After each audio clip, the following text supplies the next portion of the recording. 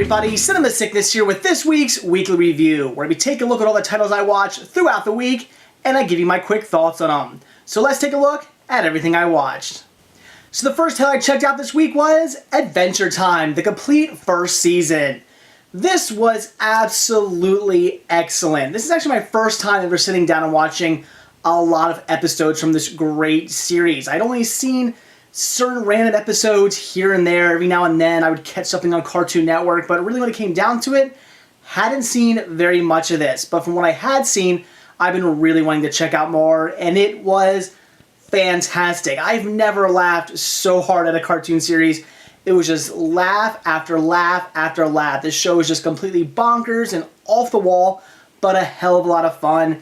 It definitely, has that kind of modern day sort of anti-comedy, comedy, cartoon feeling. A lot of cartoons are like this. I mean, Adventure Time, regular show, things like Chowder, shows like that are kind of just like really goofy and just insanely wacky, and that's what makes it so enjoyable and so funny. It's one of those shows, but does a fantastic job at just cracking you up. Everything about this show is brilliant, and I would highly recommend it. If you like modern day animation, this is one to see. The next title I watched this week was The Odd Life of Timothy Green.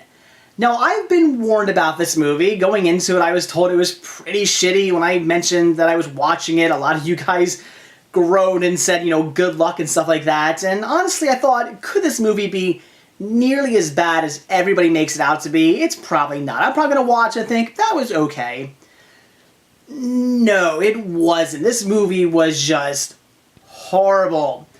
And the sad part is why it was horrible. It was horrible for two reasons, and that was Jennifer Garner and Joel Edgerton. Those were the two main reasons this movie sucked. And I don't want to say it's because of them themselves. I mean, it's because of their characters, I should say. I'm not going to diss the actors. I guess they did a fine job playing their characters, but it was the characters that they were playing that ruined this movie. I can watch a movie about two people who want to have a child, are having trouble conceiving, tear up some, write down what they want in a kid, they bury it in a box and stuff like that. I said tear up. I'm already thinking Mary Poppins. This movie had a very Mary Poppins sort of beginning where, again, the two adults are writing down what they want in a child, they put in a box, bury that box, and then they grow a kid. Sort of like when they write down what they want in a nanny, rip it all up, and throw it in a fireplace, and then Mary Poppins comes. Sort of the same thing. I found it kind of amusing as this is a Disney title. But, I can live with it. Again, I like Mary Poppins. Mary Poppins is a crazy made-up story, but I can get behind it, and I could get behind the character of Timothy Green. These parents grow this kid by accident, and he's created with lightning, which, again, made me think of Frankenstein. But, they grow this kid, and, it's crazy and wild, and all this wackiness ensues. I can get behind that.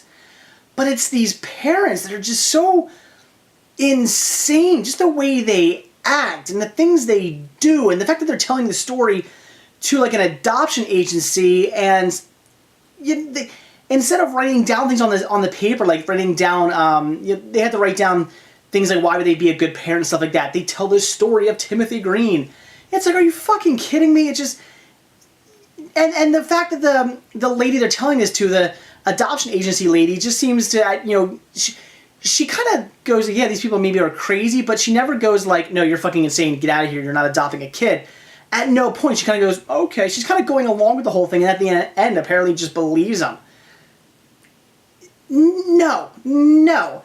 And again, the fact that the parents in this are just acting like morons the entire time. The things they do, when they're describing what they want in the child, they act like idiots. There's a scene where Timothy Green, goes to play a musical instrument. They all get up and start banging on the piano on the walls and stuff, and playing, Lowrider. It's like, just no, and they're so proud of it, because they did. No, it's just fucking stupid. I'm not even getting into this one. It's just a horrible mess. And again, the sad part is the character of Timothy Green, the idea of this child being, accidentally grown, these two adults who want to conceive, raising this child, well, not raising him, they only raise him for a very short amount of time. But the fact that they, they have him, they come to love him and whatnot, I can get behind that. That is, to me, that is okay. But it's just the parents themselves who I thought were just horrible, horrible characters. They were too over the top. I couldn't get behind them ever. if they would have acted just more kind of normal and just, you know, happy for what happened, but not to the point where they seem insane. If I didn't feel they should be locked up in a mental hospital and they didn't annoy the hell out of me, I probably would enjoy this movie a lot more. But in the end, I just couldn't get behind it, mainly again because of our two main adult characters. Timothy Green, he was fine. Love the character. He's kind of like a love interest in the movie. This girl he meets, she was okay too. It was just the parents that I absolutely hated. So I can't recommend this movie. I was not happy with it at the end. I just went, I'm never watching that again. So The Alley for Timothy Green, you don't need to see it. Then up next was The Toolbox Murders. Now this actually started out okay to an extent. I mean, the first half hour of this is literally tits and ass and brutal murders. That's how the beginning of this starts off. And it kind of, I kind of was thinking, all right, that's not much of a story, but okay, whatever. It's a slasher. It is what it is. I've seen plenty of movies where for the whole hour and a half it's just literally tits and ass and killing. There's really very little plot. I was expecting kind of the same thing, so it kind of starts out okay. I mean, if you're into just 80s slashers, you're probably going to enjoy the first half hour. But the last hour is all about this brother looking for his one girl who was kidnapped by the toolbox murderer. And it's just him hunting her down with a friend who, I won't spoil anything, but let's just say him and a friend are hunting down what happened to his sister. And that's the last hour of the movie. It's rather boring, the last hour of the movie. I wanted to see more killings. You know, I wanted to see more tits and ass. I wanted to see more killings. That's what I wanted from this movie. And it just didn't get it after the last half hour. The first half hour was fun. After that, it just kind of falls flat. It wasn't the best movie. So I'm not going to recommend this movie to everybody. I would say if you're a big fan of just old school slashers, like, I mean, I'm talking like original type feeling slashers, this is one to see. Again, this as it is an early slasher. If that's your thing, check it out. It is worth seeing. But if you're just your average slasher fan, if you're not like some diehard fan of slashers, this isn't one you need to see. There's much better slasher movies out there, much better slasher movies out there, even from the same time period. So I would say maybe skip this one. But again, if you're a diehard fan, I'd say it's worth at least checking out. Then I checked out Moneyball, which was a great film. And it's kind of weird when it comes to me in sports films because I have no interest in sports. I don't care about baseball. I don't care about football. I just don't care about any of that stuff. Hockey and soccer are the two closest things I can say I come to actually enjoying. I can watch both those sports and be okay with it, but I don't follow them. I don't really care about them. So yeah, sports, not my thing. But I love sports films. I don't know why. Love the hell out of them. And Moneyball was no exception. A fantastic movie, all about basically the guy who's in charge of signing up and trading away players for a baseball team and just what he goes through, trying to put together a great team. He meets up with Jonah Hill. Obviously, Brad Pitt plays the main character. He meets up with Jonah Hill, who has this new way of kind of bringing in players and looking at players instead of bringing in a player because he can hit really well and he can run really well and he can field really well. Instead of doing that, they go, no, we're going to do statistics. And even though this guy might suck at batting, this guy might suck in the field, how often do they get on base? How often do they score runs? They take all these statistics and they figure we can take a team of basically players who pretty much everybody thinks are completely shitty. We can get them for dirt cheap. We can take these players and actually make a really good winning team. They might look like they suck, but in the end, they're going to score more runs than anybody else, and they do a great job at the end of the movie. I mean, things don't go perfectly. They don't, get into the World Series or anything, but they do really well, and it actually shows that you can make a team just out of statistics. You can make a team this way, and it ends up becoming a way that most teams now, or at least according to the movies, most teams since the story came about now kind of run their teams and the way they actually choose players for their teams now. So, really interesting story. I'd recommend it. It was a lot of fun. If you're into sports movies, this is definitely one to check out. The characters are great. The story was great. Everything about this movie was just great. So Moneyball, definitely see this one. Then we had The Crazies, the original George A. Romero, The Crazies. Now, I had heard some things about how this movie was better than the remake, and from that I was going into it expecting a better movie than a remake. Let me just go on the record by saying, not so much. I actually like the remake better than the original. Not to say the original's bad, though. It's certainly not. This movie was a good watch. I loved it, thought it was fantastic, and I definitely would recommend it to, like, fans of 70s George A. Romero style horror movies. The whole story, for those of you who do not know, is all about this, chemical this government accidentally releases into this town, and it makes people just go crazy, literally crazy. Unlike the remake where they kind of more or less turn into zombies. I mean, the remake's kind of a bio-zombie movie, where this one, they're not really turning into zombies, they're just going nuts. I mean, the one guy kills a family, people just start acting kind of wacky and crazy, and that's it. People just kind of go batshit crazy, and they start killing people off because they go crazy and things like that, and they got to contain this chemical, this outbreak, and they seal off the town, and everybody in the town's pissed off. Some are going crazy, some are trying to escape, and it's all about these few characters who are trying to get out of this town, get away from the government. The one guy apparently is supposedly immune to the chemical that's going around. So, all in all, a decent story. Again, one I would recommend. I would say yes, the remake, it's better. I kind of got more into the remake than I did this one. But it's not, again, not to say the original's bad. It's certainly not. It is definitely worth checking out. If you like George A. Romero style movies, see this one. It definitely had that same feel as, Dawn of the Dead, Day of the Dead, even Night of the Living Dead. It had that George A. Romero feel. So if that's your thing, definitely check out the Crazies. It was a good watch. Then I checked out Rodgers and Hammerstein, The Sound of Movies, which is obviously a documentary all about Rodgers and Hammerstein. If that sounds like your thing, see it.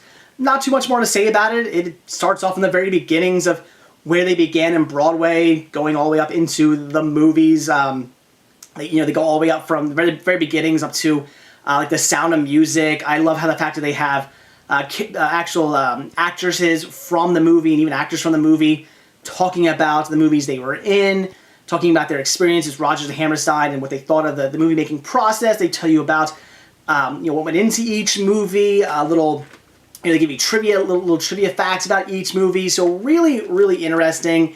If you're a fan of musicals, if you're a fan of Rodgers and Hammerstein, although if you're a fan of musicals, you should be a fan of Rodgers and Hammerstein.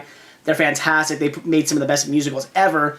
But if you're definitely into Rodgers and Hammerstein musicals, this is something I'd recommend checking out. It is also available on DVD, so you can get yourself a copy of it, pick it up, check it out. A really, really well done documentary. This is actually an A&E documentary. I didn't realize that at first. I probably should have realized that by the fact that it says A&E, A&E, A&E, and A&E, but I somehow missed over that. And when this actually started up, it said A&E in the History Channel logo, and I thought, oh, awesome, because I love A&E documentaries. I love History Channel documentaries. They're really well done. And this was no exception. So a great, great documentary all about Rodgers and Hammerstein. I'd recommend checking this one out, definitely. The next title I watched is something great. Very excited about this, as this was the first time I've ever watched a 3D Blu-ray. And I checked out Titanic 100 Years in 3D. Now, the reason why this is the first thing I went with and not an actual movie is because it was getting kind of late last night. I was doing more work in the library. Didn't have much time, kind of was getting tired, wanted to go to bed because I had work the next morning. So I just popped something in quick. This is only 45 minutes long, so I just popped this in really quick and just watched it. And it was great. This was really interesting for the fact that they didn't really tell you much anything new. If you know anything about the Titanic, if you've seen documentaries, if you've read books, it's the same information just over and over and over again in those documentaries and those books. It's the same thing here. You're just getting more of the same information. They're not really giving you anything new except for the picture. That's what you're getting new. It's the 3D video in this that is something new to watch. It's as if you're actually diving up against a Titanic. And they actually do say that even in the documentary. There's some people who, are constantly exploring the wreck, and they're saying they're used to seeing the wreck through either a little tiny porthole in the submarine, or when they get back, they watch the video that they recorded, but it's always just regular flat video. And they were saying how interesting and how just amazing it was that they filmed this whole thing in 3D, and then for them to actually watch it in 3D, it was as if they were actually diving up next to the wreck. And that is how I felt watching this. When they were going past the wreck and getting up close to it and stuff, it felt like I was there because it was in 3D. I mean, everything's coming at you. It felt like you were right at the wreck, which is not a way I've ever seen it either. I'm used to seeing the same thing. I'm used to seeing just a regular flat image of the Titanic. To see it in 3D, to have the whole thing coming out at you, to make it, to show it as if you were right there is just absolutely fantastic. So like I said, as far as information-wise, you're not really getting anything new. You're just being told the same story that you heard 100 times before. If you're into the Titanic, I guarantee you're not going to learn anything new. But you're getting fantastic picture quality. I mean, not only is it in HD, but it's also in 3D. It's just so cool to actually see the Titanic as if you were right there looking at it, as if you were, what was it? I think it's 2.5 miles down, as if you were actually 2.5 miles down diving right next to the Titanic. Really, really cool. A very interesting way to finally see the wreckage. So I would definitely recommend this. If you were a fan of the Titanic, this is one to pick up just to see the great video. So this is something I recommend everybody who's in the history of the Titanic pick up. And last, but certainly not least, I finished up Friends, the complete second season.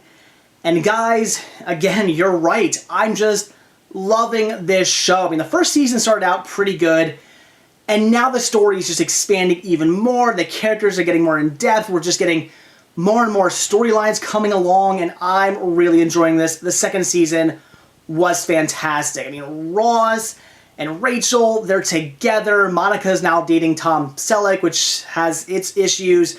The cliffhanger on this with Chandler and, I guess I won't give things away, but let's say Chandler and a love interest, just a great way to end this season. I cannot wait to put in season 3 and see where that story goes. Just absolutely fantastic. Just extremely funny. Great storylines. All in all, a brilliant show. Again, you guys were so right about Friends. I don't know why it took me this long to get into it. As I have said before, Friends was always something I caught, episodes here and there of. Every now and then on TV, since Friends came to be, I would every now and then catch an episode, watch it, and enjoy it, but for whatever reason, I never bothered to actually get into this series. I don't know why, I just never did. Never really watched it all that much in syndication, never watched it when it was actually coming out weekly. I just never really got into the show. But everybody always tells me about how fantastic it is, so that's why I picked up all 10 seasons, and everybody was right. It is a great, great show. I'm enjoying the hell of it. I'd recommend it. If you just are into great 90s sitcoms, this is one to check out. Season 2 just gets even better, and I have no doubt that the show is just going to get more fantastic as I go along in seasons. And I cannot wait to see where the cliffhanger picks up in season 3. Really excited to see what Chandler's going to do. So just absolutely fantastic. I would certainly recommend season 1 and season 2 thus far. So Friends, it's great. You guys were right. So before I go, there were actually technically 2 other titles that I watched this week. Because as you guys know, I went to the Blob Fest. And in the Blob Fest, I saw The Blob. And I also saw Them. So I guess quickly I'll just wrap those up as well. Because I do like to talk about the movies I did see in the theater. The Blob, it's fantastic. It's a 1950s classic. It's such a great movie. All about this meteor that comes down, has a blob creature inside the meteor. He starts attacking, eating people, goes on just a killing rampage, and now people gotta stop him. What's fun is the fact that it's the teenagers that have to stop the blob. Nobody believes that this is going on. The teenagers, basically mostly Steve McQueen's the only one who really knows something's going on. He has a love interest who later on finds out something's going on. They have some friends who at first kind of not really sure what's happening. Do they believe him? Do they not? But then come to believe Steve McQueen and know that something's attacking. The adults do eventually find out that there's this creature attacking. They got to stop it, and they realize that the only way to kill it off, or well, not even kill it, but the only way to put it, to stop it really, is to freeze it. And that's what I love about the end, because they certainly do freeze it. They fly to Antarctica, drop it in Antarctica because they think it's going to stay frozen that way. But technically, it's just frozen. It's not actually dead. And I love the end. It says the end. And then it comes up the question mark because, like I said, technically the blob isn't dead. It's just frozen in Antarctica. It could be coming back. So, great, great movie. I love it. I've been a big, big fan of the blob since I was a little kid because, as I said, my father used to tell me stories about how, oh, here's where they filmed this part of the blob, here's where they filmed that part of the blob, as a lot of it was filmed in my hometown and the next town over. So, I grew up with the blob. I grew up, hearing all these great stories about the blob, watching on TV. It's just a fantastic movie. If you love great 1950s sci-fi horror, The Blob is one you have to see. And then, like I said, it was a double feature, so after The Blob, I saw Them. And Them was a good movie too. This is actually my first time seeing Them. I do own it, but I never got around to watching it. And it's another great 1950s sci-fi horror movie.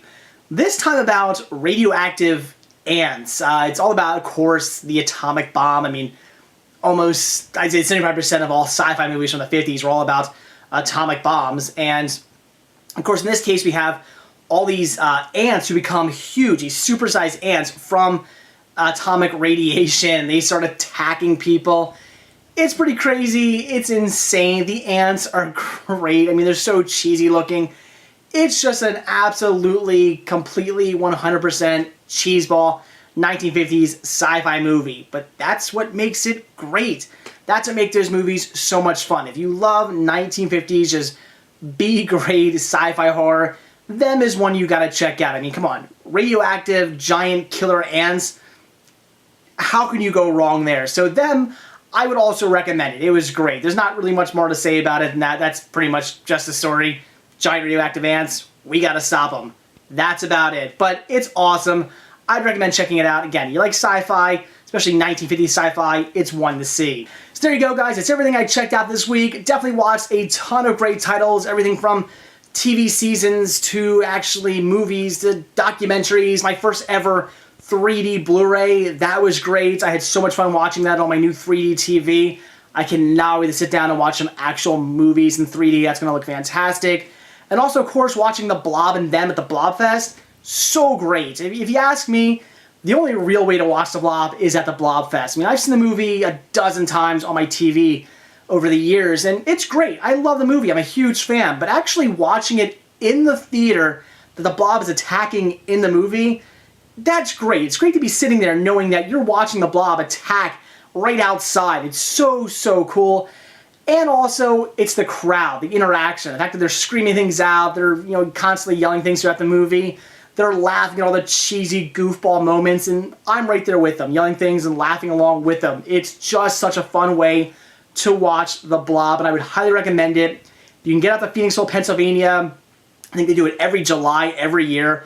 If you can get out there, it's so worth just seeing the movie that way. I mean, not only is it a great film, but it's so much fun watching it with the audience. And this is coming from a guy who's not a big fan of going to the theaters and watching movies. I prefer sitting on my couch at home and watching a movie on my big screen HD TV. That's why I like watching movies. But honestly, I'd rather watch The Blob at the Blob Fest than at my home because it's just so much fun. So I'd recommend checking out the Blob Fest next year if you haven't been there. So that's it, guys. Thanks for watching, and stay tuned for my next video. See ya.